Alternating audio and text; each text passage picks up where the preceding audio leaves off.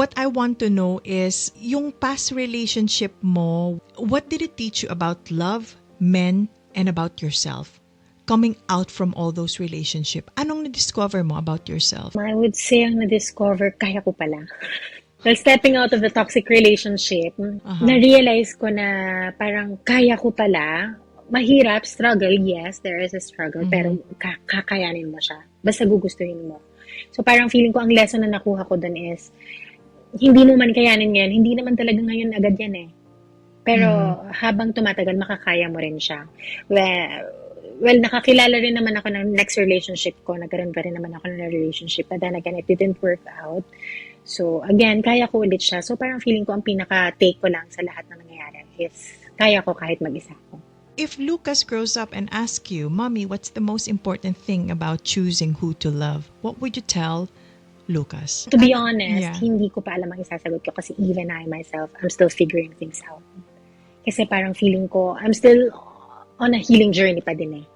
I'm not fully healed. I feel like wala pa akong maisasagot kasi even I, hindi ko alam kung ano. Well, at my, di ba, at the age of 37, hindi ko Who to love, yeah. Because I think, like I said, I don't think a lot of people knew your story, that you went through a lot of toxic relationships. You went through a lot of relationships na talaga namang sinubok ka. Alam mo yon, that made you question who you are, that made you leave the true Jerry. You know, so you're rediscovering yourself every single time, every after a breakup. So I don't blame you if you don't know yet what's the most important thing to choose, who to choose to love, 'di ba?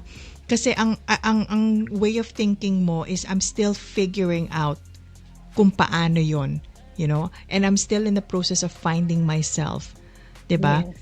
As of the moment, so I think big factor also is I've been single for a long time. So parang feeling ko wala na akong hinahanap kasi kaya ko na siya eh.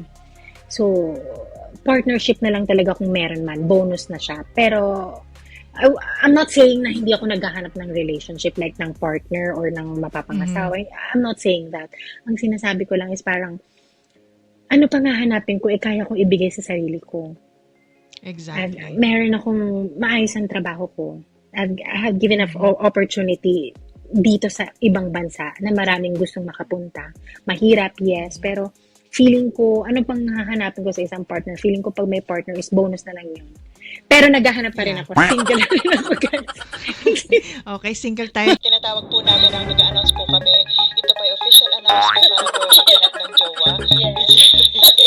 So, Talking about Jer, standards of men looking for a partner, okay?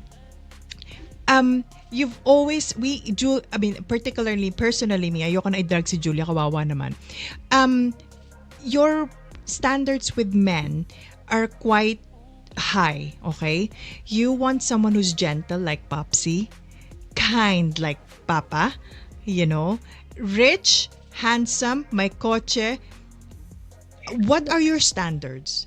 Feeling ko when you grow old talaga, parang kapag na-experience mo na lahat sa relationship, kahit ano pa yan, feeling ko wala na akong kailangang hilingin pa, kundi ang ano na lang, partner na someone with emotional intelligence na lang.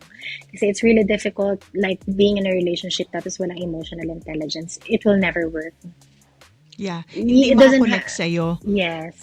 Well, kailangan din, factor din yung kailangan, syempre, mas stable na, financial stable na. Kasi, pagod na ako magtrabaho. Ayoko na magtrabaho. Gusto ko na lang maging housewife. Pero feeling ko, ang pinaka-hinahanap ko talaga is someone with emotional intelligence. Yan naman ang importante. Aanhin mo naman ang mayaman kung hindi ka naman maintindihan, kung hindi ka naman masuportahan, diba? Pag alam mo, yung mayaman is just bonus, diba? Sobrang hypocrite ako naman kung hindi ko kailangan ng yaman. Lord, kailangan ko ng mayaman. Okay. This will be part of the announcement. You need to be rich, right? So, hindi basta-basta. Hindi basta-basta. Okay. Kung may emotional intelligent ka, tanungin mo sarili mo, mayaman ba ako? Kung ang sagot sorry, denied. Bleep it. Or not.